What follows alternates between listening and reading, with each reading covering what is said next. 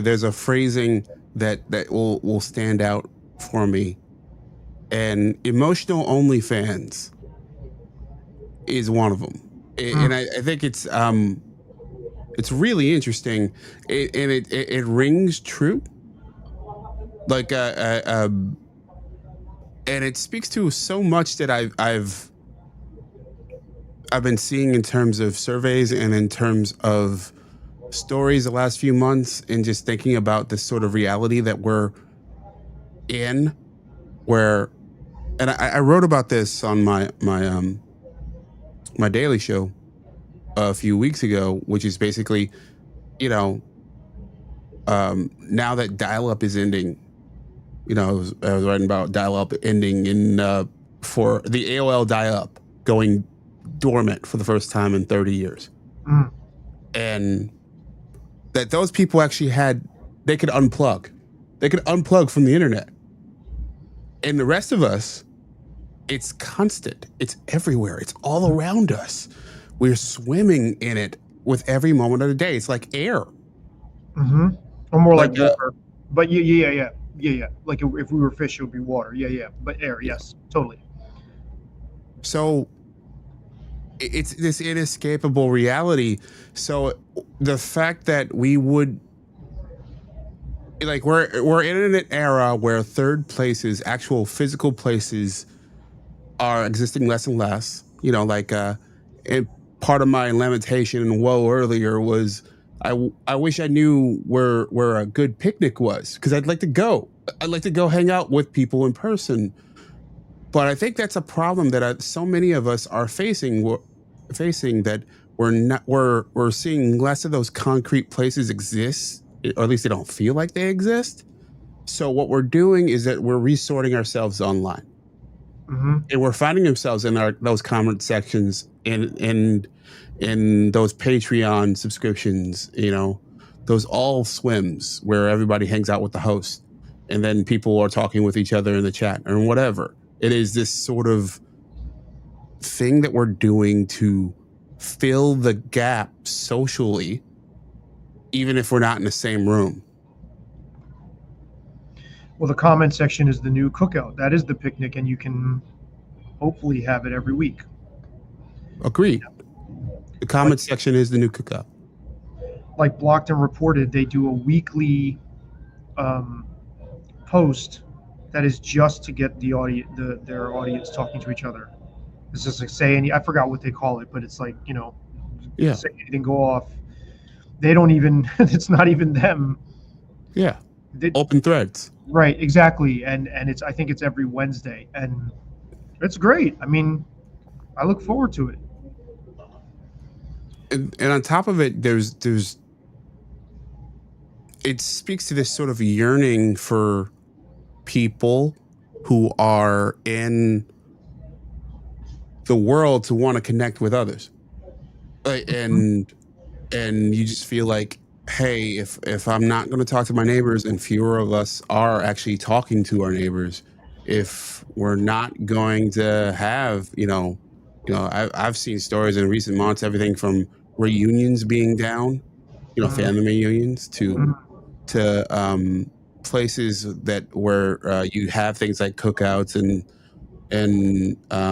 usage of lodges and all that stuff being down. All the stuff about bars and cafes, that down, largely because of inflation, some largely social as well. It's just we've groomed a generation, if not more, on online interaction instead of in-person interaction. And also to be averse to the other tribe. Yes, well, that as well. Like, in that there are so many of us who are afraid to sort of just of the idea that we're going to encounter ideas that are not our own.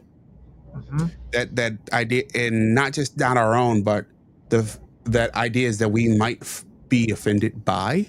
Well, that are anathema to being good people, that are a threat to not even just that, but like we might be.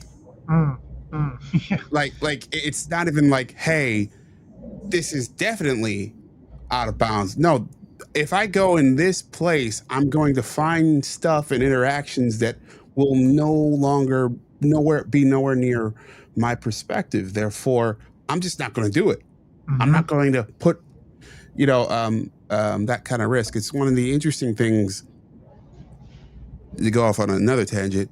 I was thinking about the Democratic Party and how they have been, especially toward the tippy top, have been more reluctant to de- dive deep into the podcast game in the long form conversations. And Kamala Harris, demanding that Joe Rogan shorten his interviews and then move his interviews to her. Hmm. And it it then hit me. It was like, oh, they're just afraid. She's afraid that you won't have complete control over the conversation and narrative over 3 hours because you can't. That's one of the things that's beautiful about that show is that you kind of have to just go in there and swim. You gotta have a dexterity, and if you don't have dexterity, it's not going to go well. No, I think you and I may have talked about this on camera last time, Maybe where Dave Smith talked about this because he used to work at CNN, or he used to do yes, some sort of yeah, roundtable he did discussion, CNN. and he was talking about this specifically after this happened with Kamala, and then when JD Vance did do the podcast rounds or did do Rogan, Hmm. and He does it regularly.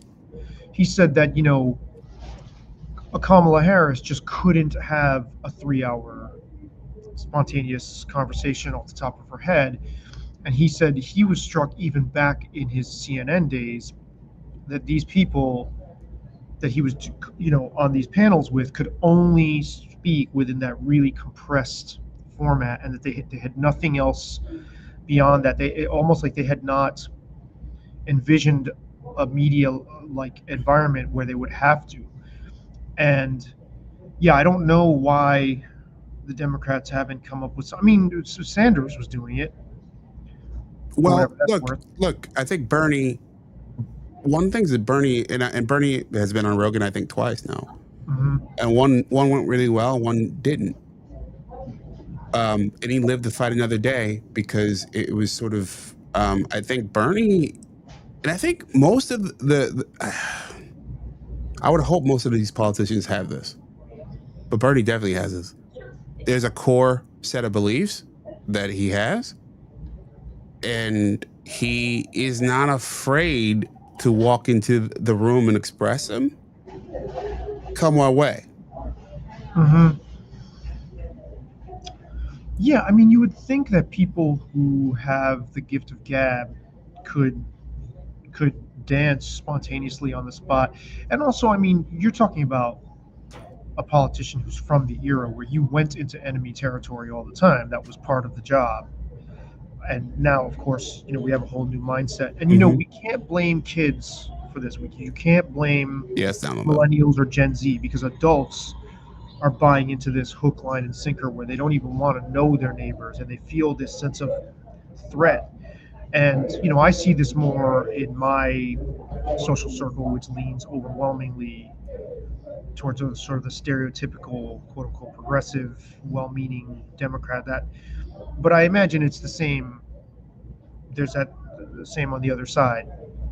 And Sure. I don't want to go off too much on a tangent here, but I recently learned from my guy Professor Pete, who lives in Shout out North to Carolina. Professor Pete. Yeah, lives in North Carolina. Now he lives in Raleigh, but he told me this story. This is related. He told me a story about how his daughter, who's 16, was with her 17-year-old friend who drove his daughter to the mall. He gets this call from security. No kids are allowed to be in the mall. No under 18, no minors are allowed to be there. I think before 3:30 or after 3:30 or something, unaccompanied by an adult. And he was like, "What the fuck?" Like he was like, "Dude, like her friend has a has a learner's permit or a junior license," um, and he was like apoplectic at this. And he told me this story about how when he was growing up in New Jersey, he was 11 with his 11-year-old friend and his little brother. I said, "How old was your brother at the time?" He goes, "He was 8." They rode their bikes through 4 different towns in northern Jersey. They were gone all day long until Hmm. the early evening, and not once did their parents know where they were. This is way before cell phones. Sure. And the contrast there, and so what I'm getting at is I asked him, you know, I wonder if this helicopter, we have to be on top of our kids, transcends political division. He said it absolutely does. He said what you see among blue people is a fear of like hurting anybody's feelings, and they have to coddle their kids that way. He said, but conservatives are obsessed with this idea that the world is unsafe, so they Hmm. want to keep their kids from it. And now he's in a very blue area of North Carolina, but I was really struck by that. I was like, holy shit, that sounds really like way beyond the pale. He said this is across the board. He goes, this is a generational thing of like not wanting our kids to be exposed to anything. And you and I have touched on this a little bit, but Yeah. I've been pushing against that in myself because you just have to. You can't go down that spiral. And I was just surprised that this phobic aversion is you see it across the spectrum. And I'd be really, really, really curious to know what parents who identify as libertarian, if they live up to that, if they have any different of a philosophy in how much autonomy they give their kids. I would imagine it would be some variation on the same themes. Yeah, I would think so too. I would That think that so it too. Yeah, yeah. I wouldn't think it wouldn't. I don't think if you. I know a few libertarians with kids, but I don't know enough of their parenting style to say for sure. I don't think that's a good predictor at all of whether. I don't think your political orientation is a good predictor at all of how much your ideals actually filter down into where the rubber meets